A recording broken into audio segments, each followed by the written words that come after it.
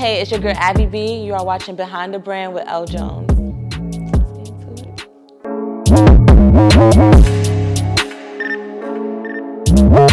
it. Okay, was music your first love? Let's do that then. Music was not my first love. Okay, what was your first love? My first love was always like film. Okay. Like the whole film industry, like acting, directing, producing.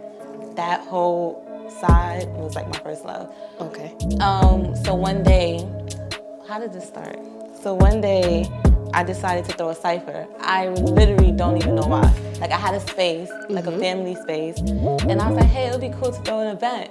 And I don't know why that was the first thing, but that was the first thing. Yeah. I threw a cypher, like a lot of people came out, I met like a lot of rappers. And then after that, I'm like, okay, let me keep on doing it because we wasn't gonna have the space for much longer. Okay. So I did like about 3, 4, then I started doing poetry nights, cause like I like that too. And then rappers would just tell me like, yo, you should be a PR or A&R. And I'm like, what is that? Like this is a whole world that I didn't know nothing about. So I started doing my little research and I'm like, all right, this seems cool. Like people that I'm putting on these ciphers, like they have like a little fan base. So I'm like, I guess I know how to like spot talent or whatever. So I started looking into that. I'm like, all right, I'm gonna try to get an internship at a label. And I just kept on applying. I started meeting people in the industry. And then, yeah, now I'm here. Getting interviewed for what I do in the music industry. Yes. So even with film, it wasn't music videos, nothing like that. Like no, like all right, so I used to do PA work, like as an internship. And tell people what PA work is. It's an assistant, basically, on set, a production assistant. That's what PA stands for. So I was doing that. I did like a couple music videos, like Travis Scott first music video. I did one of Wale music videos. Who else? A few people.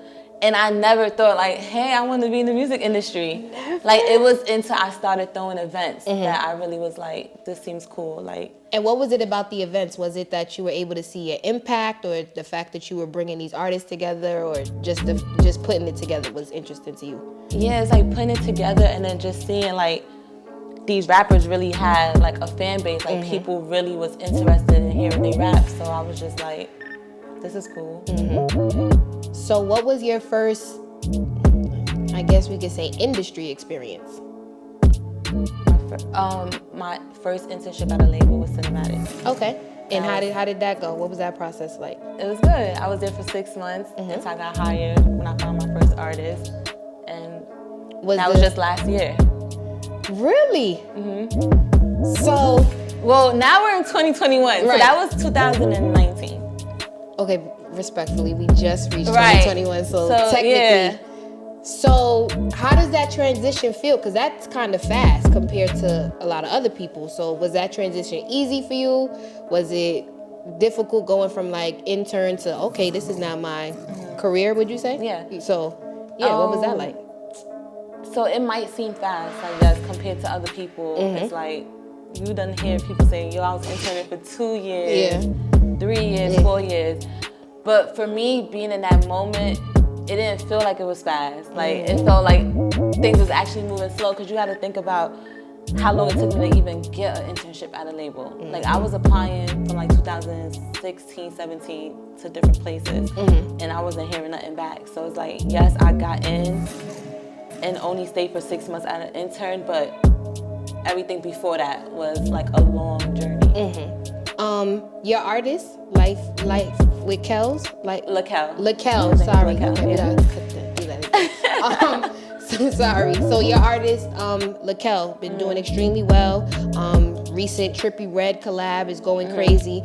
So as the person that's like the one behind that, how do you feel about seeing his success, and what goes into, I guess, building an artist? Because that's exactly what you did. I feel happy. Like I feel happy for him, because I know it's like, this is a dream that he had since he was a little kid, and he's very talented.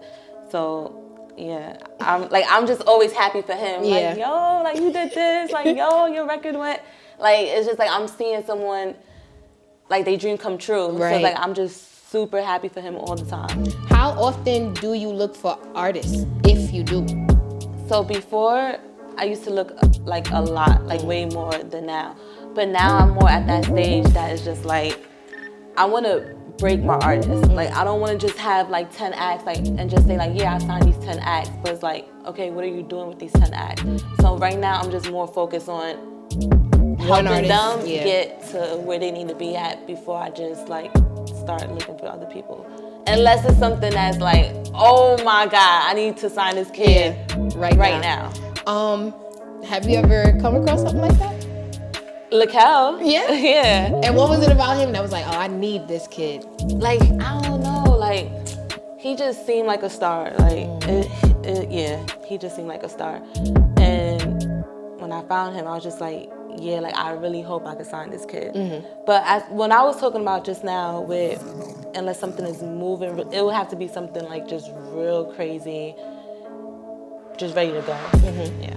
When it comes to your, I guess like scouting style, are you into the numbers or are you more so into the music? No, definitely just the music. Yeah. Okay. Just you and the music.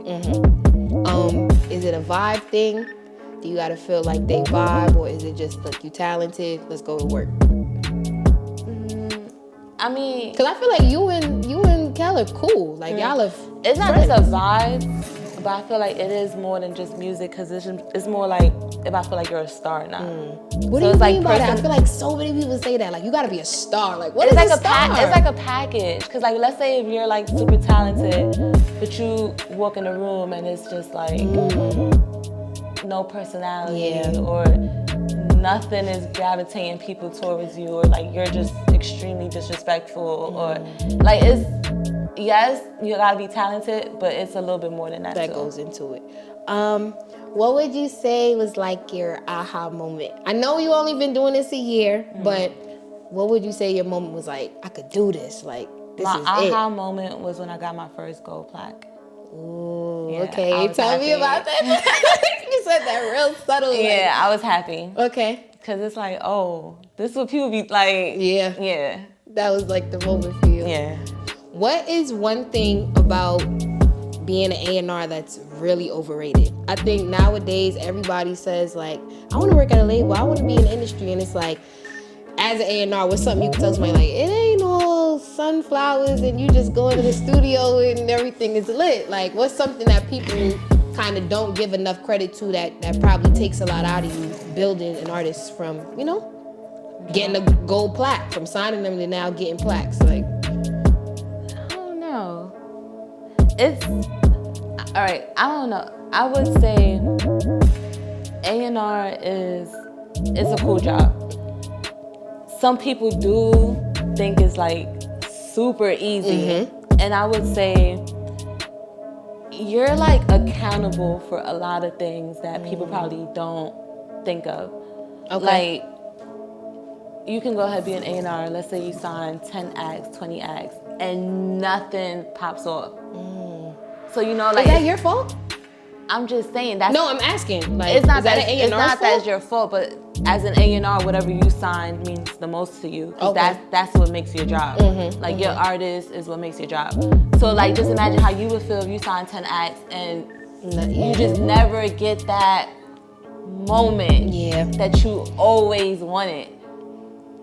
And it's like, you got to think about stuff like that. Like, it's easy, yes, but it's not that easy.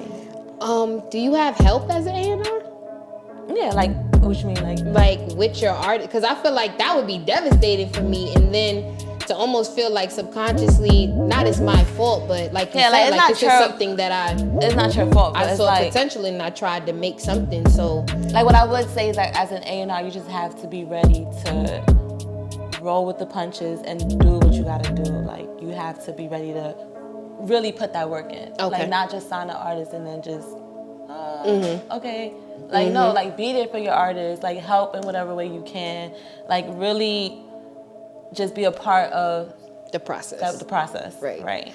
I know that you have a women empowerment initiative called Women Work Better Together. So can you tell us a little bit more about that? Okay, yeah. So Women Work Better Together, I started that in, I want to say 2017. Okay. So at that time, I was still trying to, find my way into this industry. And I'll be on Instagram, just like coming across dope people. It's like, yo, she kind of do what I want to do. Or, hey, like, she does something, I want to know how she got into where she's at or whatever.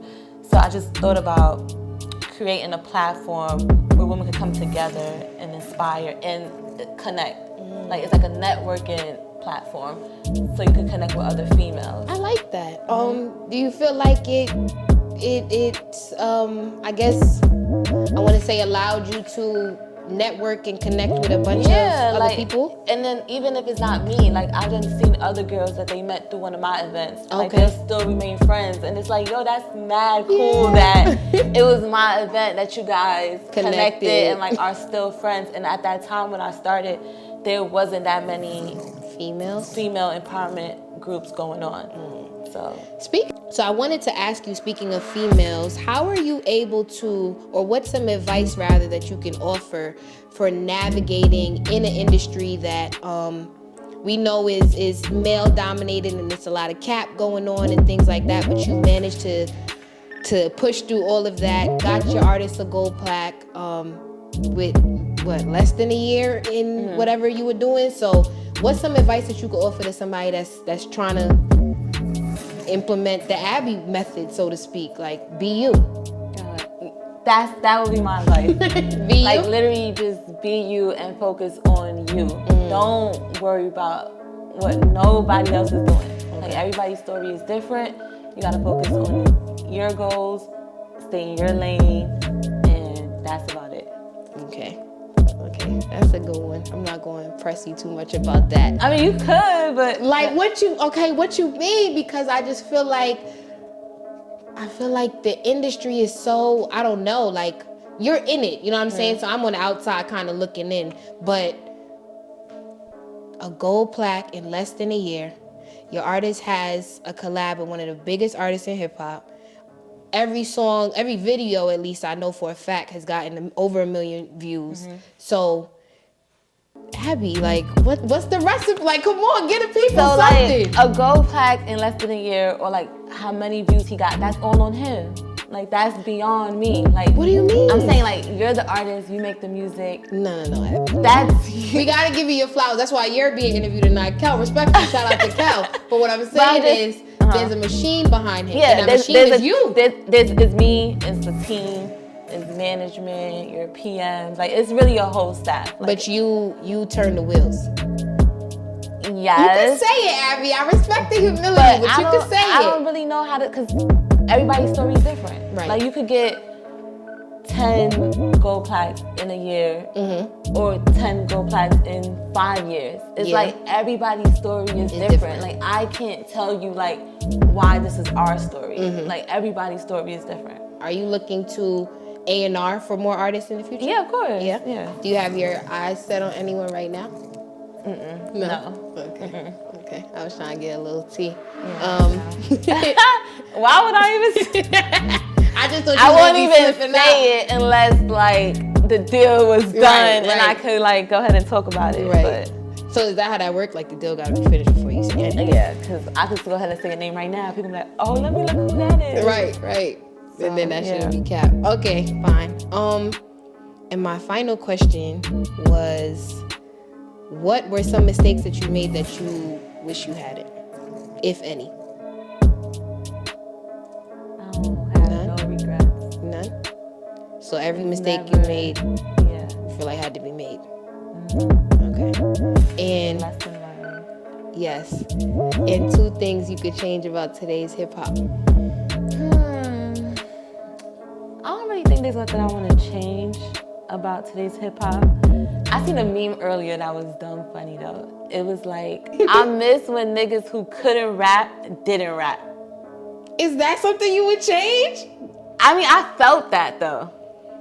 Like nowadays, everybody think they could really just rap. Right, like they probably had no dreams of becoming a rapper. They see somebody from their hood make it, and they just feel like they could do it. Do you think that's a bad thing? I feel like do it if you really want to do it. Like some people is really just like, I'm gonna just try this. Right. I could probably go viral and make some money. As someone in the industry, is that viral thing like? For me, that doesn't play a part in me like when I'm trying to sign an artist. Like you don't care at all? Like the TikTok craze? Like that's good, but I still gotta like you. Like I'm not gonna sign someone just because they going viral. They went viral. Like I gotta like it. Okay.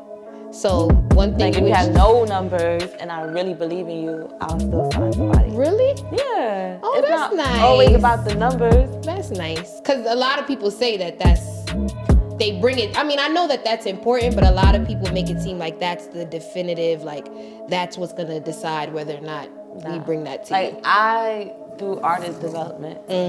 Like I'm into that. So I don't care if you don't have any numbers or if you don't even have a song out or if nothing is moving. Like I just gotta believe in it and I'm down to put the work in.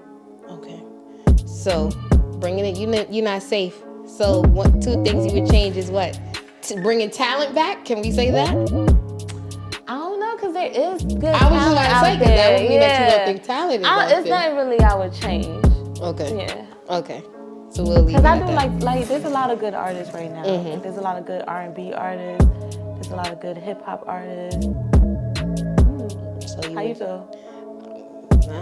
Yeah, I agree. It's a lot of good artists out there. Yeah, there's a lot of good artists out there. But yeah, especially out the city, I feel like, especially out of Brooklyn. I'm definitely excited for Brooklyn. I'm ready for Bobby to come home and see how that